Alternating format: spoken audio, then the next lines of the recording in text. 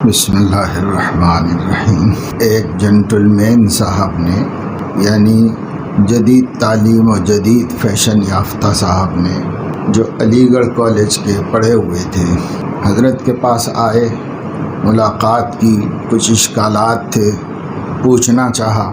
ان کے بارے میں حضرت نے فرمایا کہ انہوں نے آ کر کہا کہ میں آپ سے کچھ کیا عرض کر سکتا ہوں؟ میں نے کہا ضرور کر سکتے ہیں۔ تو انہوں نے کہا کہ میں نے سنا ہے کہ آپ کو علی گڑھ والوں سے نفرت ہے۔ اس وقت، اس زمانے میں علی گڑھ کالج ایک بہت ہی تجدد پسند اور دینی اعتبار سے کے مقابلے میں برطانوی فیشن کو زیادہ اہمیت دینے والا ادارہ تھا۔ لوگ خالص دین پسند لوگوں کو قدامت پسند کہتے تھے، اور وہ لوگ جو ہیں روشن خیال اور تجدد مآب سمجھے جاتے تھے۔ اس زمانے کی بات ہے۔ اب تو سارے ملک میں ایک ہی خیال اور کلچر ہو گیا ہے۔ میں نے کہا ضرور کر سکتے ہو۔ انہوں نے کہا کہ میں نے سنا ہے کہ آپ کو علی گڑھ والوں سے نفرت ہے۔ میں نے سوچا کہ اگر کہتا ہوں کہ ہاں، تب تو تعصب کا شبہ ہوگا کہ محض تعصب سے ہے نفرتی، اور اگر کہتا ہوں کہ نہیں تو یہ ایک طرح کی چاپلوسی ہوگی جو واقعے کے بھی خلاف ہے۔ تو حق تعالیٰ نے دل میں ایک بات ڈالی۔ میں نے جواب میں کہا کہ علی گڑھ والوں کی ذات سے تو نفرت نہیں، ان کے افعال سے نفرت ہے۔ انہوں نے پوچھا کہ وہ افعال کیا ہیں؟ تو میں نے کہا کہ ہر فاعل کے افعال جدا جدا ہیں، کوئی ایک خاص بات تو نہیں ہے کہ وہ بیان کر دی جائے، سب کے اپنے اپنے الگ الگ افعال ہیں۔ تو وہ کہنے لگے کہ مثلاً میرے کیا افعال ہیں، جو وہ بھی وہیں کے پڑے ہوئے تھے، میرے کیا افعال ہیں؟ میں نے کہا کہ بعض تو صاف ظاہر ہیں جن کے اظہار کی ضرورت نہیں، یعنی وہ داڑھی منڈائے ہوئے تھے۔ اس زمانے میں عام دیندار لوگ بھی نہیں منڈاتے تھے، یہی خاص کالج میں پڑھنے والے ہی منڈاتے تھے۔ ویسے عام مسلمانوں کا بھی مزاج نہیں تھا اس دور میں، سب جو بھی دیندار ہوتا تھا یہیں سے دین شروع کرتا تھا۔ تو حضرت نے فرمایا کہ بعض تو صاف ظاہر ہیں جن کے اظہار کی ضرورت نہیں۔ وہ کہنے لگے کہ وہ ظاہر کون سے افعال ہیں؟ میں نے کہا مجمع میں ظاہر کرنا تو مناسب نہیں، اور تنہائی میں بھی بدون باہمی مناسبت کے ظاہر کرنا نافع نہیں۔ اور مناسبت کا طریقہ یہ ہے کہ چند روز میرے پاس رہیے تاکہ آپ کو مجھ پر اعتماد ہو جاوے کہ یہ خیر خواہی اور ہمدردی سے کہتا ہے، اور مجھ کو یہ اطمینان ہو جائے کہ آپ خلوص سے پوچھ رہے ہیں۔ تو وہ سمجھ گئے، پھر آگے کچھ سوال نہیں کیا۔ حضرت فرماتے ہیں غرض ان متکبروں کی رعایت کی ضرورت نہیں، تجربے کی بات ہے کہ رعایتی گفتگو کا کوئی نتیجہ نہیں نکلتا، ہر بات اصول کے ماتحت ہونی چاہیے۔ انہی اصول میں سے ایک یہ ہے کہ اول یہ دیکھ لیا جائے کہ مخالف کو اپنی فاسد رائے پر جزم ہے یا تردد۔ جزم مطلب یقین اور اصرار ہے، یا اس کو تردد ہے۔ اگر جزم ہے، یعنی اپنے خیالات کو وہی خیالات ہی کو صحیح سمجھتے ہیں، تو ہم گفتگو نہ کریں گے، یہ محض فضول ہے۔ اور اگر ان کو تردد ہے تو بے شک گفتگو کریں گے۔ تردد مطلب ابھی انہیں یقین نہیں ہے کہ میں صحیح ہوں یا غلط ہوں، اس کا یقین نہیں ہے۔ لیکن اس صورت میں بھی گفتگو سے پہلے قدر موانست کی ضرورت ہے تاکہ باہمی اعتماد ہو، ورنہ سب کیا کرایا بیکار ہو جائے گا۔ فضل خدا متوجہ ہونے کے لیے بندے میں طلب ہونا ضروری ہے۔ فرمایا عادت اللہ یہی ہے کہ بدون طلب کے کچھ نہیں ہوتا، اس طرف سے طلب ہو پھر اس طرف سے سب کچھ ہوتا ہے۔ جیسے جواب شکوہ میں اقبال نے کہا کہ ہم تو مائل بکرم ہیں، کوئی سائل ہی نہیں، راہ دکھلائیں کسے رہے منزل ہی نہیں۔ تو یہ اصل بات ہے۔ اقبال بڑے ادیب تھے، انہوں نے شکوہ میں اتنا سب کچھ کہہ دیا بندوں کی طرف سے خدا پر کہ جس نے بھی کہا کہ یہ کفر ہے تو صحیح ہی کہا، اس لیے کہ باتیں سب ایسے ہی تھیں، الزامات و اتہامات اللہ تعالیٰ پر۔ لیکن شکوہ میں اقبال نے عوام الناس کی زبان استعمال کی، جو ان کے خیالات ہیں، جو ان کے اپنے سوچنا ہے، جو ان کے اپنے ذہنوں میں باتیں ہیں، اور بے ایمانوں کے بھی جو اللہ تعالیٰ کے بارے میں خیالات ہیں، وہ سب ملا کے ایک شکوہ بنایا۔ لیکن ان سے غلطی ہوئی کہ شکوہ اور جواب شکوہ ایک ساتھ نہیں چھاپا، شکوہ پہلے چھاپ دیا، اور شکوے میں ایسی ایسی گستاخیاں تھیں کہ ظاہر ہے کہ ہر کسی نے تکفیر کی۔ پھر انہوں نے جواب شکوہ شائع کیا کہ یہ بندے تو یہ کہتے ہیں، اللہ تعالیٰ کیا کہتا ہے جواب میں؟ تو جو جواب میں اللہ تعالیٰ کے جواب شکوہ انہوں نے لکھا، اس میں سب بندوں کی غلطیاں کوتاہیاں اس میں گنائی کہ تم لوگ یہ کرتے ہو، تمہارا حال ایسا ہے، پھر کیسے ہماری مدد تم کو مل سکتی ہے؟ ہم نے تو کوئی بے وفائی نہیں کی ہے۔ انہوں نے شکوہ کیا کہ حق پرستوں کی اگر تو نے دل جوئی نہیں تو تانا دیں گے بت کہ مسلم کا خدا کوئی نہیں۔ تو یہ بھی اللہ کے سر پہ تھوپ دیا۔ وہ اللہ تو دل جوئی کرتا ہی ہے بندوں کی، اللہ تعالیٰ اس کے باوجود کر رہا ہے، لیکن جو بندے کہتے رہتے ہیں نا وہی بات انہوں نے کہی۔ اور جواب شکوہ میں کہا کہ کس قدر شاق تم پہ صبح کی بیداری ہے، ہم سے کب پیار ہے، تم کو تو نیند پیاری ہے۔ تو ہر معقول جواب اللہ کی طرف سے دے دیا انہوں نے۔ بھئی اصل بات تو تمہاری گڑبڑ ہے، سب تم صحیح ہوتے تو یہ سب نہ ہوتا۔ عادت اللہ یہی ہے کہ بدون طلب کے کچھ نہیں ہوتا۔ طلب بھی بسا اوقات ہوتی ہے، لیکن وہ بس ایسے ہی برائے نام ہوتی ہے۔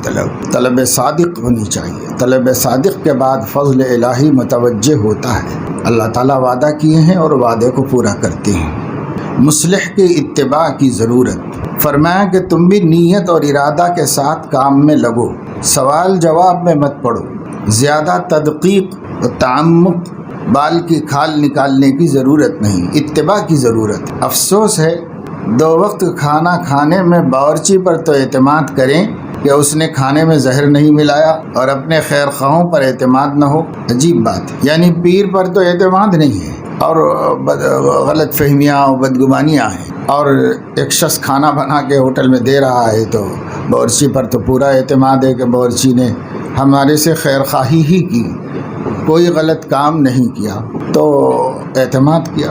حضرت مولانا یوسف صاحب بستوی رحمۃ اللہ علیہ تشریف لاتے رہتے تھے تب اپنی حیات میں۔ ایک دفعہ یہاں ایک مسجد میں بیان کرتے ہوئے فرمایا کہ یہ عجیب بات ہے کہ نائی کے سامنے تو گردن جھکا دیتے ہیں کہ چاہے سر موڑے چاہے گردن کاٹ دے تمہاری، اس کے ہاتھ میں اس طرح ہے، ذرا سر پہ گلے پہ رکھ کے دبا دے تو قصہ ختم ہو جائے گا۔ جی نہیں، اتنا خطرناک اسلحہ لے کے بیٹھا ہوا ہے تو اس کے سامنے تو گردن جھکا کے آرام سے بیٹھ گئے۔ کیا پتا کہ سر ہی موڑے گا کہ گلا کاٹ دے گا، رگیں پھاڑ دے گا، کرنا چاہے تو وہ بھی کر سکتا ہے۔ تو کہا نہیں ایسا نہیں کرے گا، غالب گمان کی وجہ سے اعتماد کیا۔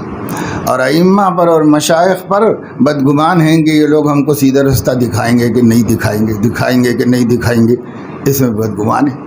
افسوس ہے کہ 2 وقت کھانا کھانے میں باورچی پر تو اعتماد کریں کہ اس نے کھانے میں زہر نہیں ملایا، اور اپنے خیر خواہوں پر اعتماد نہ ہو، ان سے کب قیل و قال کی جائے کہ صاحب یہ کیسا وہ کیسا۔ اس تدقیق یعنی ضرورت سے زیادہ باریک بینی اور بے فائدہ باتوں کے پیچھے پڑنے میں یہ بھی داخل ہے کہ اس کو دیکھا جاوے کہ ہمارا عمل کامل ہے یا ناقص۔ اگر ناقص ہوا تو بددل ہو کر ہمت ہار دی۔ یعنی بہت زیادہ باریک بینی میں یہ بھی داخل ہے کہ آدمی اب بحیثیت مجموعی پیر کی دین کو نہیں دیکھ رہا ہے، بلکہ ایک ایک جزیے میں جھانک کے دیکھ رہا ہے کہ وہ عمل کر رہا ہے کہ نہیں کر رہا ہے۔ ظاہر ہے کہ ایسا کبھی ملے گا نہیں دنیا میں کوئی، اور جب ملے گا نہیں تو کبھی مقصود حاصل نہیں ہوگا، کیونکہ اگر کوئی نقص ملا تو بددل ہو کر ہمت ہار دے گا۔ یعنی اب حوصلہ ٹوٹ جائے گا، صاحب یہی صاحب عمل نہیں کرتے، ہم کیا کریں گے ان کے ساتھ تعلق رکھ کے، ہم کیا آگے بڑھیں گے، ایسے ہوگا۔ صاحب و حضرت کے مخاطب کرنے کا انداز ایسا تھا جیسے ہم لوگ بزرگوں دوستوں بولتے ہیں، حضرت صاحب و بولتے ہیں۔ صاحب و معلوم بھی ہے کہ عمل میں جس کمال کے تم منتظر ہو کہ کوئی نقص نہ ہونا چاہیے، وہ کمال تو صرف ذات پاک باری تعالیٰ ہی کے ساتھ خاص ہے، ورنہ اس ذات کے سامنے تو انبیاء بھی کامل نہیں ہیں، اور کسی کا تو کیا منہ ہے کہ کامل ہونے کا دعویٰ کرے یا منتظر ہو، اس کے سامنے تو جو کامل بھی ہوگا وہ ناقص ہی ہوگا۔ یہی بڑی رحمت ہے کہ ہم ناقص ہی ہیں، محروم تو نہیں ہیں، اور اگر کمال کے در پہ ہو گئے اور وہ ممکن نہیں تو کیا نتیجہ ہوگا؟ اس آدھی روٹی سے بھی محروم ہو جاؤ گے۔ بس یہ ہوگا کمال کی ہوس کا نتیجہ کہ پہنچنے والے پہنچ گئے، یہ ابھی اس میں ہی سڑک کیسی ہے، اسی میں مبتلا ہے کہ سڑک کیسی ہے، اور پہنچنے والے گھر پہنچ گئے، منزل پہنچ گئے، اس میں گڑھے ہیں یا صاف ہے، سڑک پر درخت آم کے ہیں یا سیب کے، ارے تجھے کیا، کہیں کہ ہوں تو اپنے کام میں لگ، تو اپنی راہ طے کرتا تاکہ منزل مقصود پر پہنچے۔ ہم تو ہر حال میں ناقص ہی رہیں گے، ہمارا علم بھی ناقص، عمل بھی ناقص، نظر بھی ناقص، ان تحقیقات میں تمہیں کیا مل رہا ہے؟ اسی کو مولانا روم فرماتے ہیں، کار کن کار بگزر از گفتار، اندری راہ کار باید کار، کام کرو قیل و قال کو چھوڑ دو کہ اس راستے میں عمل ہی مقصود ہے، مگر بہرحال شیخ کی تقلید شرط ہے، اس طریق میں بدون تقلید کے کام چل نہیں سکتا، قیل و قال و فکر تحقیق سے کچھ کام نہیں چلتا، ابتدا میں تو تقلید محض کی ضرورت ہے، اسی کی برکت سے کسی وقت تحقیق بھی نصیب ہو جاتی ہے۔ حضرت حاجی صاحب رحمہ اللہ فرمایا کرتے تھے کہ کیے جاؤ سب سمجھ میں آ جائے گا، سب تسلی ہو جائے گی، کیسی عجیب و جامع تعلیم ہے۔ حضرت حاجی صاحب کے یہاں بڑی لمبی چوڑی تعلیم نہیں ہوتی تھی، مختصر اور پرمغز تعلیم ہوتی تھی، تو یہ فرمایا کرتے تھے کہ کیے جاؤ سب سمجھ میں آ جائے گا۔ اہل تحقیق یہاں تک فرماتے ہیں کہ اگر عمل کا بھی زیادہ حصہ نہ ہو مگر اس طرف کی دھن ہی لگائے رکھو، یعنی اللہ تعالیٰ کی طرف، اللہ تعالیٰ کی طرف خیال اور دھیان ہی لگائے رکھو ہمیشہ اللہ کی طرف، نامعلوم کس وقت فضل ہو جائے، یک چشم زدن غافل ازا شاہ نباشی، شاید کی نگاہ کنت آگاہ نباشی، ایک لمحے کے لیے بھی اس شاہ سے غافل مت رہو، ممکن ہے کہ وہ توجہ فرمائے اور غفلت کی وجہ سے تمہیں خبر بھی نہ ہو، اور اگر اس میں بھی کوتاہی ہو جائے تب بھی اس فکر میں نہ پڑے کہ کوتاہی کیوں ہوئی، اس کے تدارک کے لیے اللہم اغفر لی پڑھ کر کام میں لگ جائے، اگر اسی کے افسوس میں رہا تو وقت ہی بیکار کھو دیا۔ یعنی یہ جو فرمایا حضرت نے کہ چاہے اعمال بھی زیادہ نہ ہونے پا رہے ہوں، دھیان اللہ تعالیٰ کی طرف ہمیشہ رکھو، اللہ کا خیال، دھیان، اس کے فضل کا احساس، اللہ رب العزت کی پکڑ کا احساس، اللہ تعالیٰ کی استغنا کا، اللہ کو یاد رکھو، مختلف شؤون میں اللہ کو یاد رکھو، مختلف شانوں سے اللہ کو یاد رکھو بس ہمیشہ، اتنا تو کرو۔ اب اس سے نازل ہو کر فرما رہے ہیں یہ بھی نہ ہو سکے کبھی غفلت ہو جائے تو اب اس غفلت کی گھڑیوں پر افسوس میں ٹائم خراب مت کرو، ایک مرتبہ استغفار کر لو اور پھر آگے صحیح کر لو حالت کو۔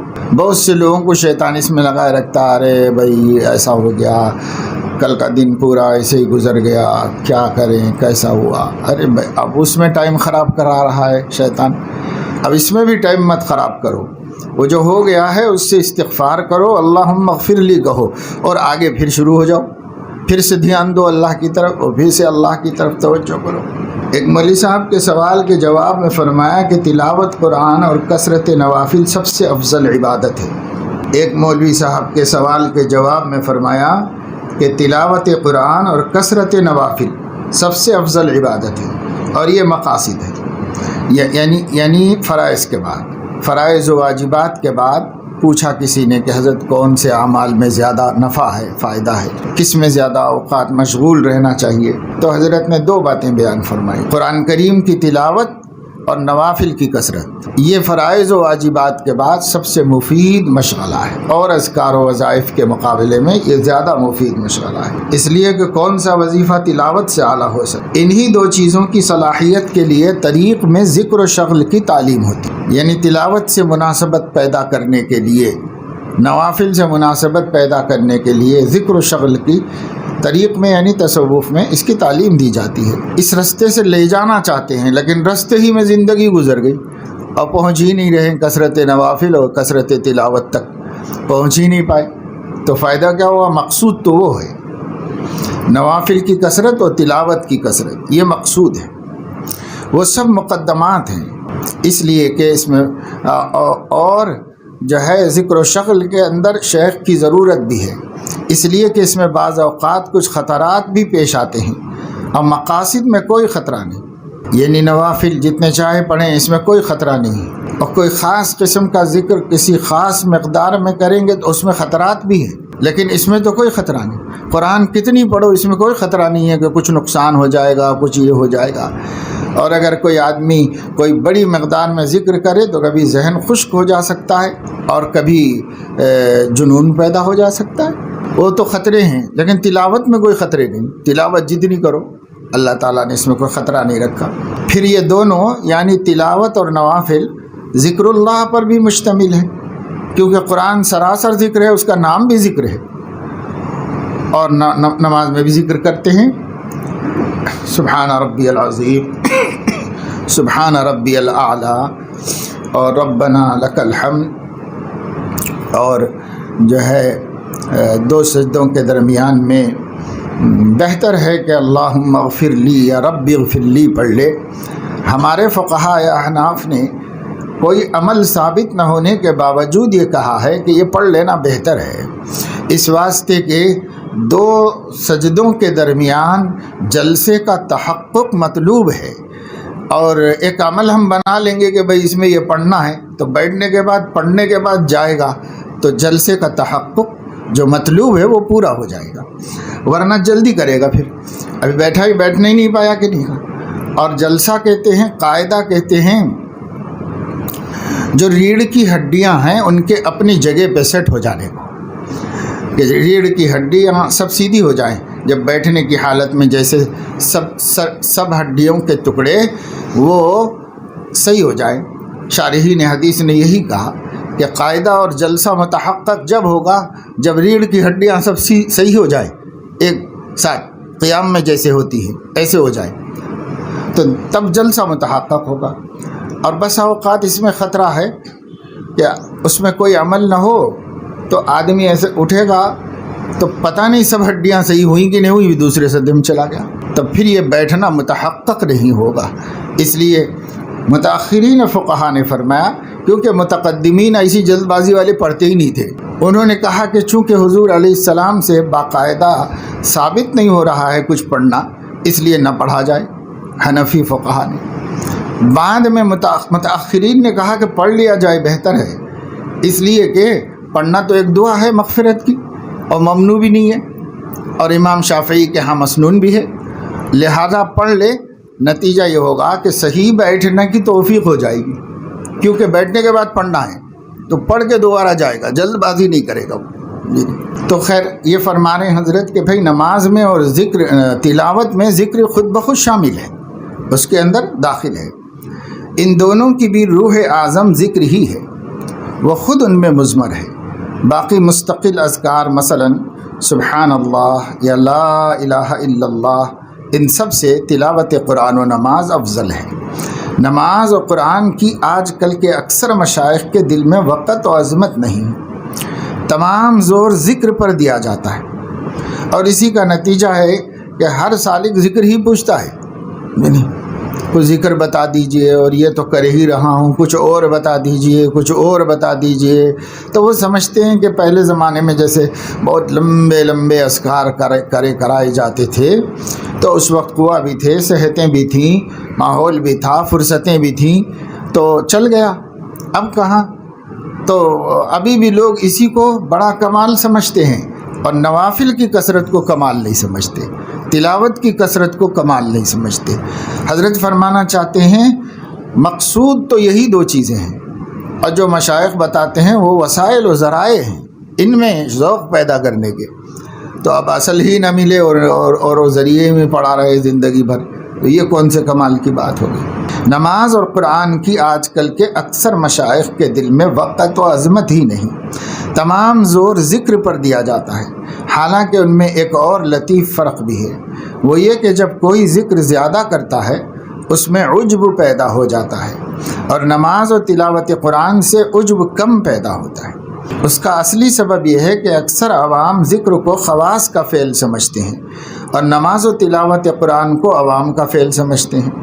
تھوڑی سی دیر بیٹھ کر ذکر کر لیا، الا اللہ، اللہ اللہ، بس خواص میں داخل ہو گئے۔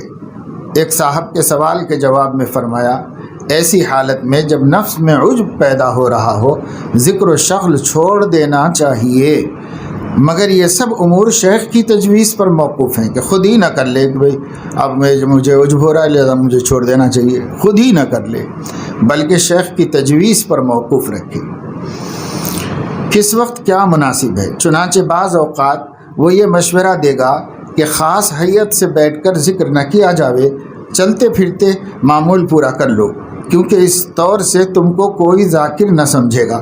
یہ گردن جھکا کر بیٹھنا اور ادھر ادھر گردن ہلانا، اس سے لوگ ذاکر سمجھتے ہیں۔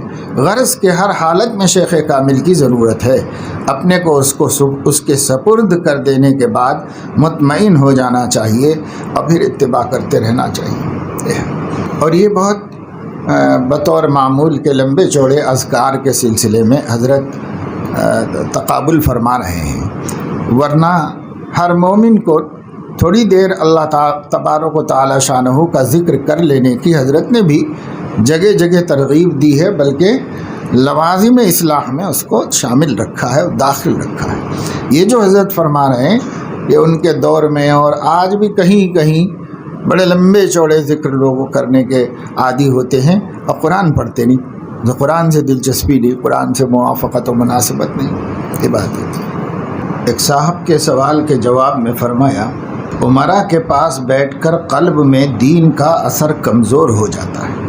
عمرا یعنی دولت مند لوگ، عمرا کے پاس بیٹھ کر قلب میں دین کا اثر کمزور ہو جاتا ہے اور دنیا کا اثر قوی ہوتا ہے، اور یہ اثر اس وجہ سے ہوتا ہے کہ ان کے پاس تابع بن کر جاتے ہیں، اور جو شخص کسی کے پاس قصد کر کے جائے گا اس پر اسی کا اثر ہوگا جس کے پاس وہ قصد کر کے گیا ہے۔ چنانچہ اگر عمرا قصد کر کے اہل دین کے پاس آئیں تو ان پر دین کا اثر ہوگا، اور اگر اہل دین عمرا کے پاس قصد کر کے جائیں تو ان پر دنیا کا اثر ہوگا۔ قصد کر کے مطلب باقاعدہ بس ان سے ہی ملنے اور انہی کے لیے جائیں، یہ قصد کر کے جانا ہے۔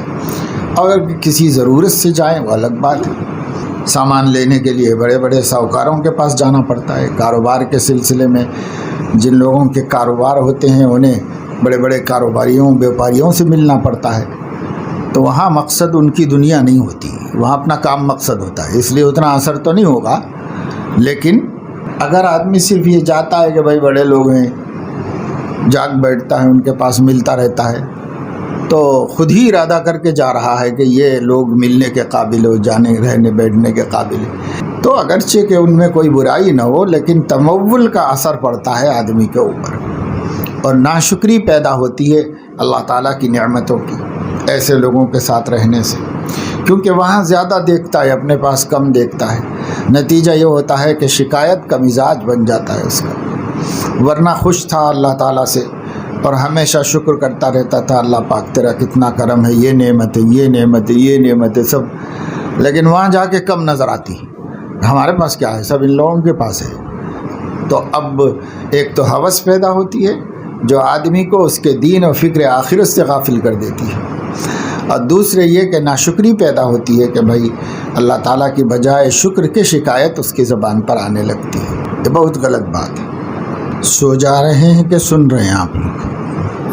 سن رہے ہیں، ذرا وہ لائن صحیح کر لو، کیونکہ مسلمان سپاہی ہیں، ہر جگہ لائن میں رہتے ہیں، سپاہی جہاں جائے گا لائن میں رہے گا، ان لوگوں کی کوئی دعوت ہے تو کھانے میں بھی لائن لگا دیتے ہیں وہ لوگ سیدھی، بالکل ہر جگہ۔ ایک کوئی صاحب آئے تھے ایک ناظم صاحب کے پاس، ایک مدرسے کے ناظم صاحب بتا رہے تھے کہ انہوں نے کہا کہ بچے ایسا لائن میں کھڑے کے کھانا لیتے ہیں، اچھا نہیں دکھتا، بھکاریوں کی طرح نظر آتا ہے، تو یہ سسٹم آپ لوگوں کا صحیح نہیں ہے۔ تو انہوں نے پتہ نہیں کہاں سے دیکھ کے رکھا ہوا تھا کہ بہت بڑے بڑے قابل لوگوں کی کہیں پر سیمینار تھی، اس سیمینار کے بعد جو ہے وہ بفے سسٹم تھا، کھانا خود لے لینا کھا لینا، تو وہاں پر لوگ جو ہے پلیٹیں لے کے جو دوڑ رہے تھے، وہ کھانے کی لائن بنا رہے تھے، وہ فوٹو دکھا دی انہوں نے کہ سب یہ ذرا دیکھو ویڈیو، یہ کون لوگ ہیں، یہ بھکاری نہیں نظر آ رہے، یہ کھانے کے بھوکے نہیں نظر آ رہے یہ لوگ۔ تو اب برا کیا ہو گیا بھائی؟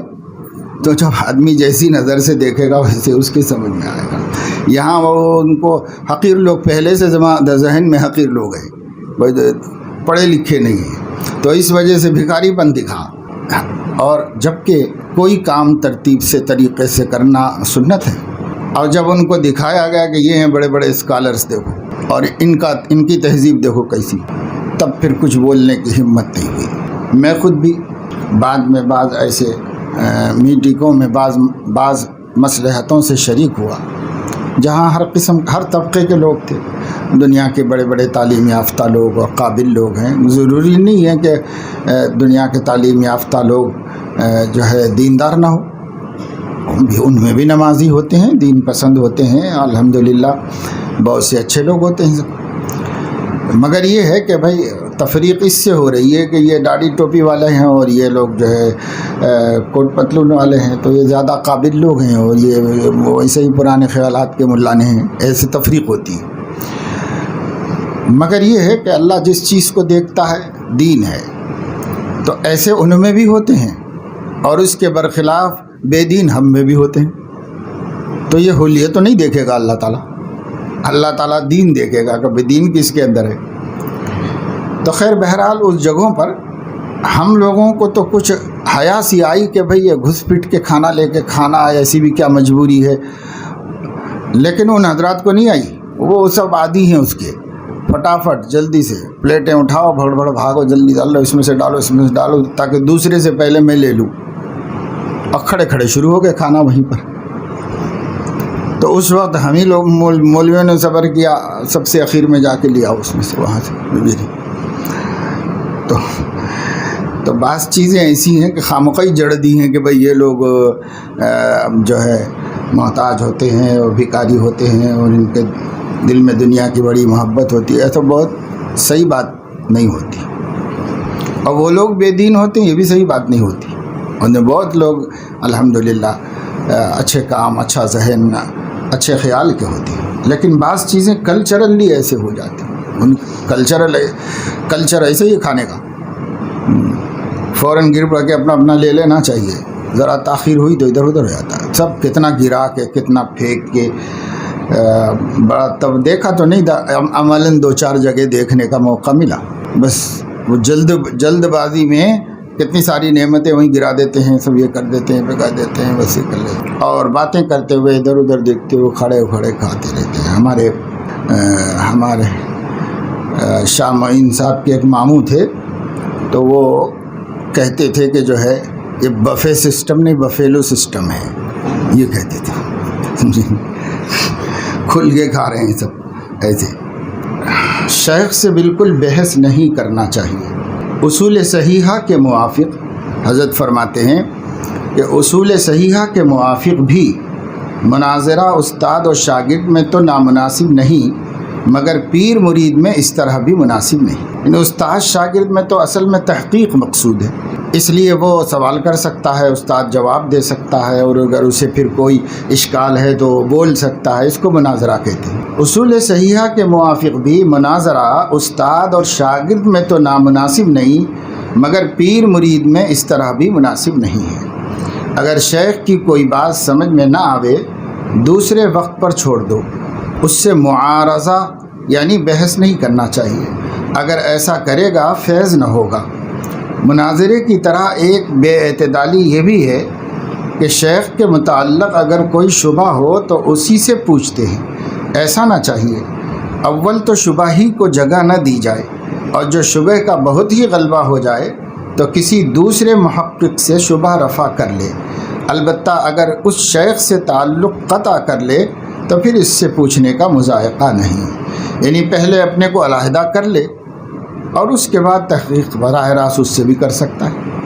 لیکن اس کی ارادت میں رہتے ہوئے استفادہ کرتے ہوئے ایسا کرے گا تو اس سے اس کے فطری طور پر اس کے دل میں تنگی پیدا ہوگی اور وہ فیضان کے انسداد کا سبب بنے. غرض یہ تعلق باطنی اور قیل و قال جمع نہیں ہو سکتے. ایک سلسلے گفتگو میں فرمایا کہ طریق بالکل مردہ ہو چکا تھا. لوگ بے حد غلطیوں میں مبتلا تھے.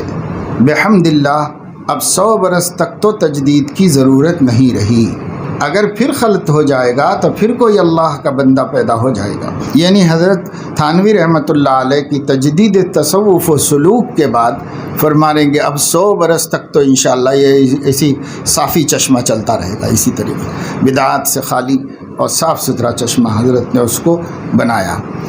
اور کافی عرصے سے تصوف میں محققین کے نہیں پیدا ہونے کی وجہ سے، کم علم لوگوں کے صرف طریقت اور سلوک کے مراسم سے آراستہ ہونے کی وجہ سے ان لوگوں نے بہت نقصان پہنچا دیا اور طریق کو چند بدعات پر مشتمل کر دیا، حالانکہ یہ تو خالص شریعت کی اتباع میں نکھار پیدا کرنے کا ذریعہ ہے۔ شریعت کے اتباع میں، شریعت و سنت کے اتباع میں نکھار پیدا کرنے کا اور خالصیت پیدا کرنے کا ذریعہ ہے سلوک۔ تو وہ جیسے ابھی حضرت نے فرمایا کہ بھائی ذکر و شغل کی کچھ مخصوص شکلوں کا مقصد عبادت کا ذوق پیدا کرنا تھا اور وہ اسی میں الجھ کے رہ گیا۔ اسی طریقے سے مشائخ اہل بدعت نے تمام ہی سلسلوں میں ایسا کر دیا کہ مراسم سلوک کو دین بنا دیا اور دین نظروں سے اوجھل ہو گیا۔ اصل مقصود تعلق مع اللہ، رضا الہی کا حصول، اور وہ ہوتا ہے اتباع سنت و شریعت کے ذریعے سے۔ تو اس سے غفلت ہو گئی اور بہت سے خرافات و بدعات میں مبتلا ہو گئے۔ اکثر بہت کامیاب اور مبارک کام دنیا میں آگے چل کر رسمیت کے نظر ہو گئے، رہ گئی رسم ادا باقی، روح بلالی نہ رہی، ایسا ہو کر رہ گئی۔ ہر عمل ایسا ہوتا ہے، جب یہ ہو جاتا ہے تو وہ نافع رہنے کے بجائے نقصان دہ بن جاتا ہے، کہ وہ مقاصد کا وسیلہ نہیں بن رہا ہے، ذریعہ مقصود ہو گیا اور مقاصد ذہن سے ہٹ گئے، تو پھر وہ مفید رہنے کے بجائے مضر ہو جاتا ہے وہ عمل، چاہے ہو کتنا ہی اچھا پیارا۔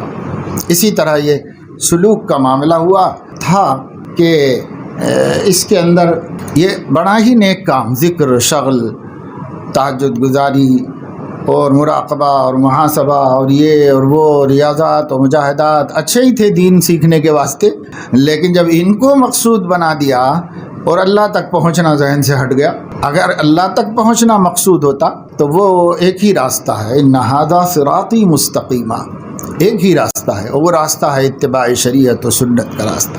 حضرت تھانوی رحمۃ اللہ علیہ نے اس کو بہت نکھارا، اور بعض ایسے مزاج کے لوگوں کی جو مراسم تھے وہ بھی چھڑوائے، اگرچہ کہ کوئی حرج نہیں تھا، مگر یہ کہ یہ جو دماغوں میں بیٹھا ہوا ہے کہ اس کے بغیر سلوک طے نہیں ہوگا، اس کو نکالا اور چھڑایا لوگوں، اور پھر ان کو سنت والے راستے پر لگایا۔ حضرت فرمایا کرتے تھے بھئی صحابہ والے راستے سے صاف ستھرا راستہ کوئی نہیں۔ کیسے وہ باکمال ہوئے؟